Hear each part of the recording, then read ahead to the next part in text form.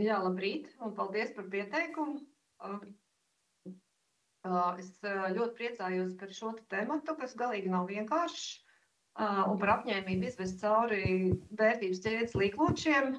Un mans varbūt tāds skatu punkts ievadā būs, tā kā es pārstāvu finanšu institūciju, konkrēti banku, tad varbūt arī mēģināšu paskatīties šī te sava stāsta ietveros, varbūt vairāk uz to, kā tieši bankas skatās un finansētāji skatās uz šo vērtības ķēdes informāciju un kāpēc tas ir būtiski. Tā kā, bet, droši vien sākšu nelielu ievadu, bet vispirms dalīšos arī ar prezentāciju.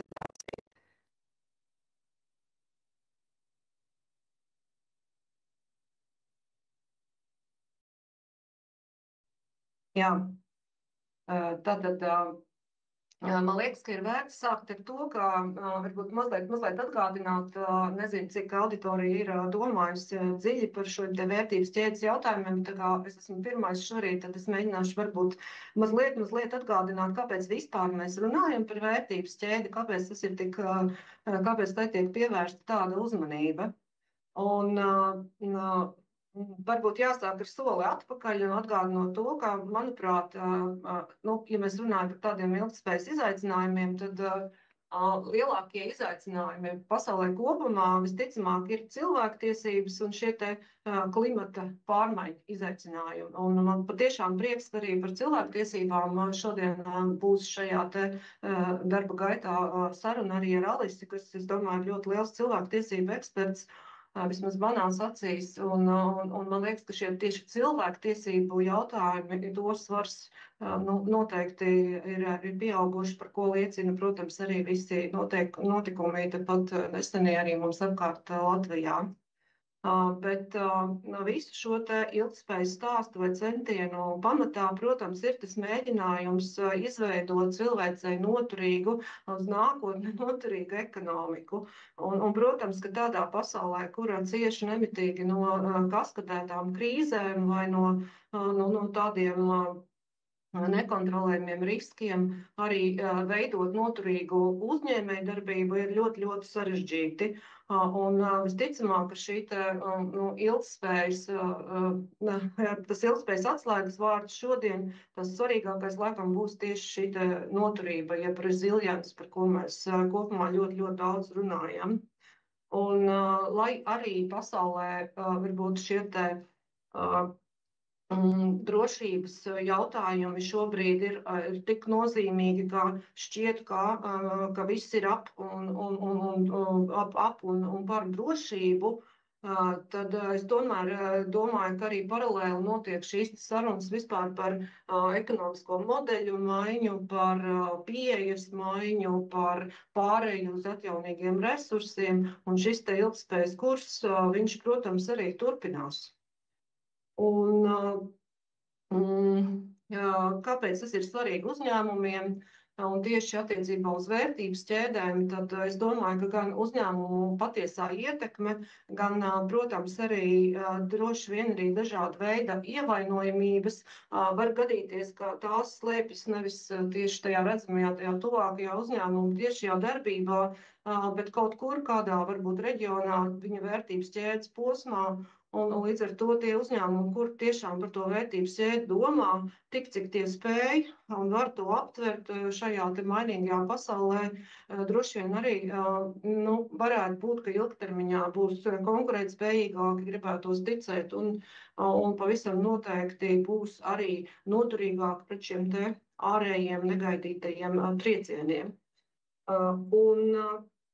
Protams, ka mēs mūsdienās ražojam izņemot tajos reģionos, kur šobrīd mēs nevaram to darīt un šīs tirdzniecības attiecības veikt, tad protams, ka 70% no starptautiskās tirdzniecības pasaulē pēc OECD datiem ir saistīta tieši ar globālajām vērtības ķēdēm, un tāpēc lielāka atbildība par atbildīgu šādu te biznesu visā vērtības ķēdē, protams, gulst uz tieši lielo uzņēmumu pleciem. Un es domāju, arī lielā mērā finansētājiem šeit ir ietekme.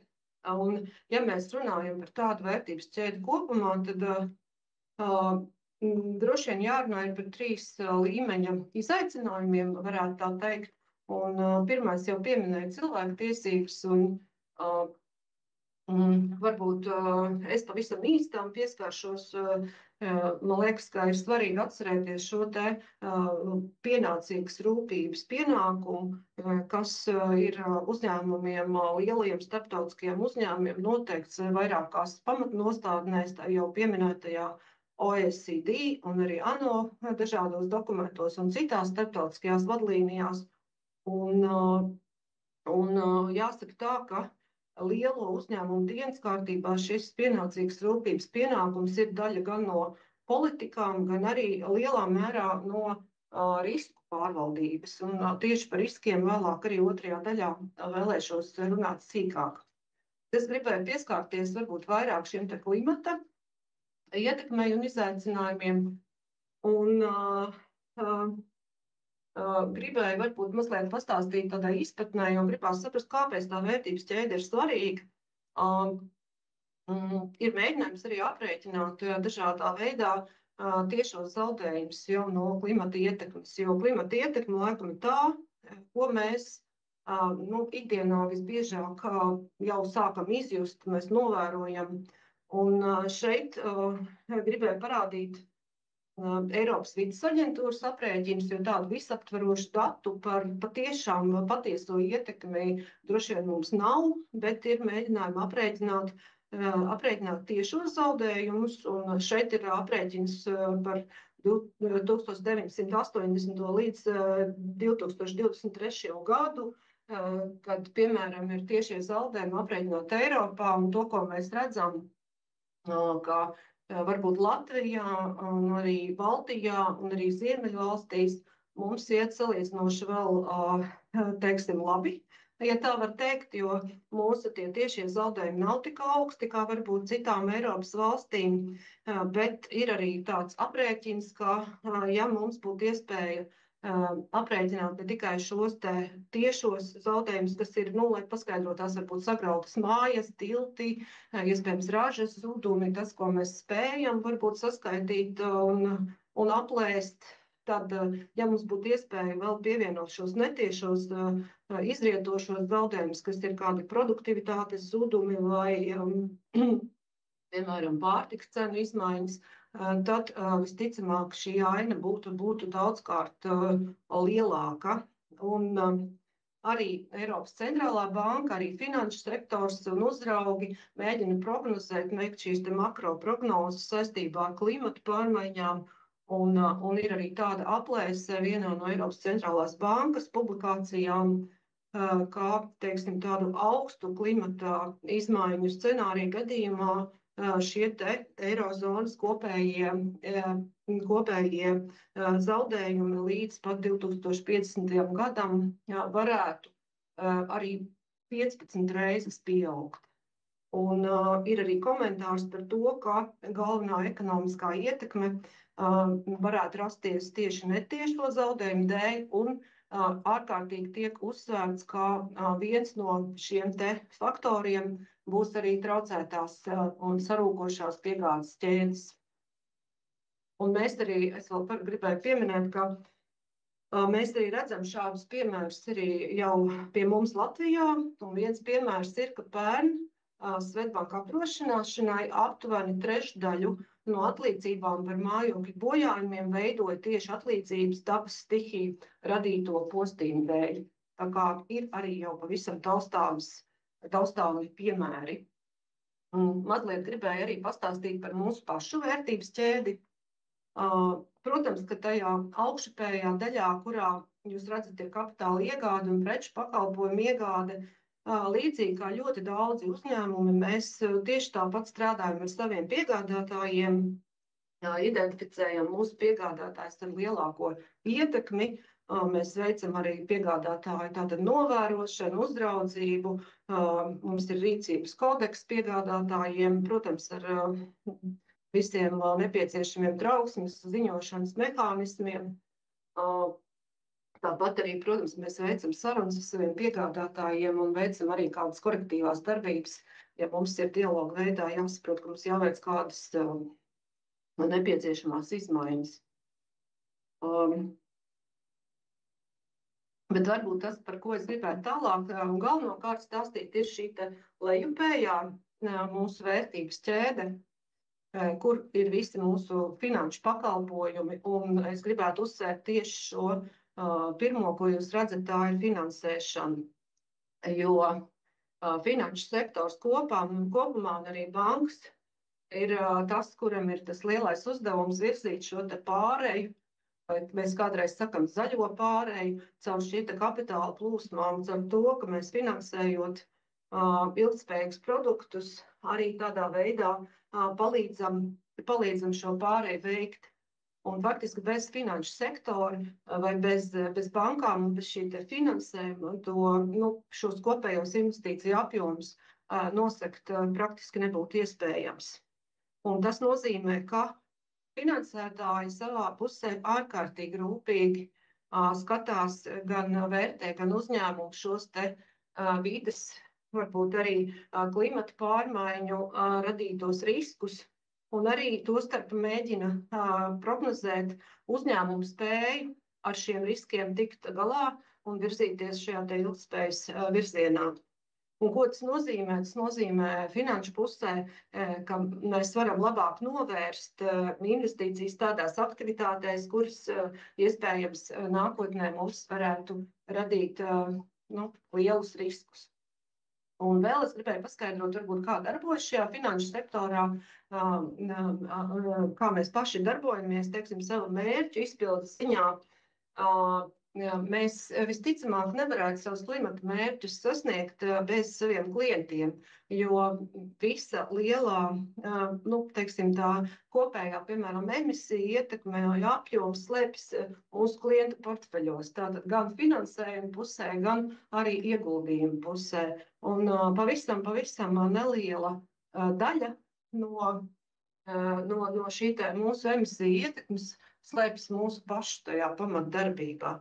Un diezgan loģiski izriet, ka mēs banka savus klimata mērķus var sasniegt tikai tā, lai saka ar savu klientu rokām, vai precīzāk sakot, panākot izmaiņas klientu izvēlēs, rīcībā, un arī otrs mazinot savus riskus, kas nozīmē, ka mēs iegūstam ticamus datus par savu klientu vai uzņēmumu patieso sniegumu. Un šeit es gribētu piebilst to, ka, protams, šie auditētā ilgspējas informācija, šī informācija mums ir ļoti, ļoti būtisks informācijas avots. Un gribēju arī parādīt mūsu pašu Baltijā Swedbank finansēto emisiju intensitātes samazinājumu mērķus 30. gadam. Un, kā jūs redzat, tad šajā fokusā ir tieši tās nozares, ko mēs saucam par emisiju intensīvām. Un tieši šajās nozarēs varbūt mēs arī galvenokārt fokusējamies, lai veiktu uzņēmumu novērtējumus, bet, protams, mēs ņemam arī kopējā portfelī kritērijus arī pārējiem uzņēmumiem, kuriem ir vai nu noteikts apgrozījums, vai aktīvu apjoms, vai finansējuma limits, bet kuri ir tātad emisiju arī galvenokārt intensīvie sektori. Un, ja mēs runājam par kaut kādiem pirmajiem secinājumiem, tad varētu teikt, ka, protams, ka šai lielajai pārējai visgatavākie ir šie enerģētikas nozares uzņēmumi, gluži loģiski, jo viņu, kā lai saka, produkts ir saistīts ar ilgtspēju pavisam tieši. Un jāsaka, mēs kopā, protams, gan klienti, gan arī banku pusē joprojām mēs ļoti daudz arī mācāmies. Mazliet gribēju pastāstīt par ilgtspējas atklāšanas, informācijas atklāšanas prasībām. Es domāju, mazliet tomēr atkāpties atpakaļ un pastāstīt, kāda ir tā situācija šobrīd un kāpēc tā ir tāda diezgan izaicinoša tieši finansētājiem. Kā mēs zinām, tad ilgstoši ļoti daudzās valstīs tika veidoti dažādi informācijas atklāšanas standarti, un Eiropā, protams, mēs bijām tādi kā līderi vai esam līderi, mums tika veidots un joprojām tiek veidots informācijas tādu stingru prasību kopums, lai uzņēmumi arī savā publiskajā ilgspējas ziņojumā atklātu pēc iespējas vairāk informācijas par savu sniegumu un tostarp arī par augšupējo, lejupējo vērtības ķēdi. Tas mērķis, protams, šai informācijai ir, lai mēs varētu saprast tātad uzņēmumu patieso ietekmi un patieso sniegumu. Tāpat mēs ļoti daudz runājām arī par šo aprits ekonomiku, par resursu efektīvāku izmantošanu visos vērtības ķēdes posmos un, protams, klimata mazināšanā jau pieminēju par šo te kopējo emisiju arī samazinājumu. Un, ja mēs paskatāmies, kur mēs šobrīd esam, tad var teikt tā, ja mēs paskatāmies līdz šā gada sākumam, tad mēs ķieģelīti pa ķieģelītim Eiropā esam būvējuši tādu pamatīgu sistēmu, lai uzņēmumi būtu spiesti, varbūt, lai tas būtu tāds spiediens uzņēmumiem šo ilgspējas nevienmēr ērto ceļu varbūt iet, bet, kā mēs zinām, tad šā gada, varētu teikt, tāds pagrieziena punkts bija šā gada sākums, kad tika publiskota šī te omnibus priekšlikuma pakotne, kura atkal ieslēdza tādu kā regulējuma ziņā atpakaļgaitu, kā būtiski samazinājās gan uzņēmumu skaits, kuriem var regulatīvā veidā prasīt šo te ilgspējas informāciju, gan arī, protams, būtiski mazinājās prasības par kopējo informācijas apjomu, arī atcēlās auditēšanas prasība, tātad šīs te informācijas ticamības līmenis tika mazināts un attiecīgi atlikts arī daudz regulējumu ieviešanu atlikt arī laikā. Un joprojām šīs izmaiņas notiek, arī tiek pieņemti arī, tā teikt, ātrie labojumi un ir paredzams, ka līdz gada beigām mēs varbūt saņemsim arī to kopējo ainu, kur tad šis regulējums paliks. Tas, kas ir būtiski, šobrīd uzņēmumiem tiek ieteikts lietot šo te brīvprātīgo ilgspējas ziņu sniegšanas standartu, un tas ir varbūt tāds zināms ietvars, kā uzņēmumi var atbildēt uz lielo uzņēmumu vai uz finansētāju vai citu ieinteresēto pušu informācijas, datu pieprasījumiem. Un šobrīd tas varētu būt tas ietvars, pie kā reāli mēs šajā ziņošanas pusē vairums, kas ir mazie un vidējie uzņēmumi, kas var skatīties uz šo te standartu. Kāpēc es pieskāros regulējumam? Tad šobrīd ir tāda interesanta situācija, kad no regulējuma viedokļa uzņēmumiem šīs te prasības attiecībā uz savas patiesās ietekmes atklāšanu mazinās. Savukārt, attiecīgi finansētāju pusē šīs te ESG risku pārvaldības prasības ir tieši otrādi, tās ir pieaugošas. Un finanšu institūcijām ir pieauguša prasība no mūsu uzraugiem tieši regulēt šos riskus un skatīties šos riskus visā vērtības ķēdes griezumā. Un kāpēc tas ir svarīgi? Jo šie te dati būtiski ietekmē, vai tie var būtiski palīdzēt, teiksim, dažādu finansēšanas lēmumu pieņemšanā. Piemēram, kredīta risku novērtēšanā vai, piemēram, izsvērtāku finansēšanas lēmumu gadījumā, jo tie var parādīt uz kādiem riskiem, kas varbūt nav tik redzami, bet var slēpties kādā no tālākiem vērtības ķēdes posmiem. Un kāpēc, teiksim, tas ir riskanti, ja šādas informācijas nav? Tas nozīmē, ka lēmumu pieņēmējiem un investoriem, kuri virza kapitāla plūsmas, kā jau es minēju, šīs transformācijas virzienā, nav pilnas informācijas, un līdz ar to šīs kapitāla plūsmas varbūt nav saistītas ar tādu ilgtermiņa vērtību. Lūk, un tāpēc arī pamazām pienāku pie tās atbildes, kāpēc šīs vērtības ķēdes jautājums ir tieši finansētāju dienas kārtībā, jo mēs darbojamies ar tādu ilgtermiņu skatu un protams, mums tas pienākums izvērtēt šos ESG riskus ir arvien pieaugošs, jo mēs esam šie galvenie ilgtspējas datu lietotāji. Un, lai tas nebūtu tikai tāds mans apgalvojums, tad arī vēlējos parādīt arī nesenu pētījumu, ko veica Futurcene un kopā Rīgas Tehniskās universitātes pētniece, divas pētnieces un aptaujājot Baltijas tātad, finanšu dažādas institūcijas. Šis pētījums apliecina, ka ESG joprojām būs stabils kritērijs uzņēmumu pieejai finansējumam. Un es domāju, ka arī var teikt, ka principā tas ir arī pieeja kapitālam.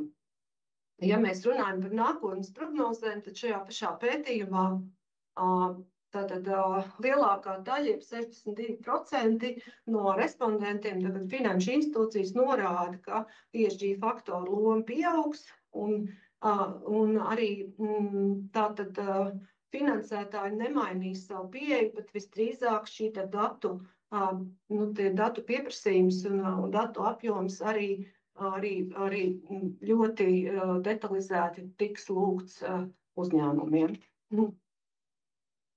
Un varbūt pats interesantākais ir no tādas praktiskās puses paskatīties, kādu tad kritēriju finanšu pusē ir svarīgi. Un, ja mēs skatāmies šajā skalā no 1 līdz 5, tad mēs redzam, ka joprojām tādā numur 1 skalā ir šī korporatīvā pārvaldība, bet mēs redzam arī cilvēktiesību jautājumu, pretkorupcijas politikas, pārejas plāni un tā tālāk. Tā kā viss ilgtspējas spektrs ir ietverts arī šajās atbildēs. Man ir neliels koments varbūt par pārejas plāniem. Daudzas prakses, kā jau minēju, ir ļoti jaunas. Un nav varbūt tādu skaidru paraugu tik daudz tirgu vai atbilžu, kā tieši būtu vispareizāk šos plānus veidot. Protams, ir kādas vadlīnijas, ir arī kaut kādas prakses, ko mēs varam skatīties, bet tas, ko es gribēju teikt, ka abās pusēs, gan uzņēmumu, gan finansētāju pusē, visi mācās. Un arī gribēju uzteikt, ka arī ieskatoties tādos Latvijas piemēros par klimatu pārejas plāniem, tad, piemēram, arī Latvijas Energo gada pārskatā atradām ļoti labu sadaļu klimatu pārejas plāns, tā kā arī Latvijā ir labi piemēri, kuros ieskatīties. Lūk, un noslēgumā vēlreiz gribēju pastāstīt, uzsvērt šo te, ka bankām patiešām ir izšķiroša nozīme šīs te kopējās pārejas, transformācijas veicināšanā, un ka arvien vairāk šie te ESG riski, par kuriem runājam, viņi ieiet tādās finansētāju tradicionālajās risku finanšu risku kategorijās, kas ir kredīta riski, operacionālie riski, tirgus riski, reputācijas riski. Un, lai arī varbūt šī ESG risku novērtēšana un mērīšana nav tik vienkārša, un šīs metodoloģijas vēl daudz kur top, un arī šie riski varbūt sākumā dzīvoja atsevišķi un pamazām ieiet šajā pašā tajā biznesa modelī, tad tomēr šobrīd jau arī finanšu pusē, arī bankām ir šīs jaunās vadlīnijas, un tās ir šeit redzamās tātad Eiropas banku uzraudzības iestādes, ja BEPA vadlīnijas, kuras arī precizē, kādus datus un kādu informāciju bankas lūgs uzņēmumiem, lai izvērtētu tieši ESG riskus.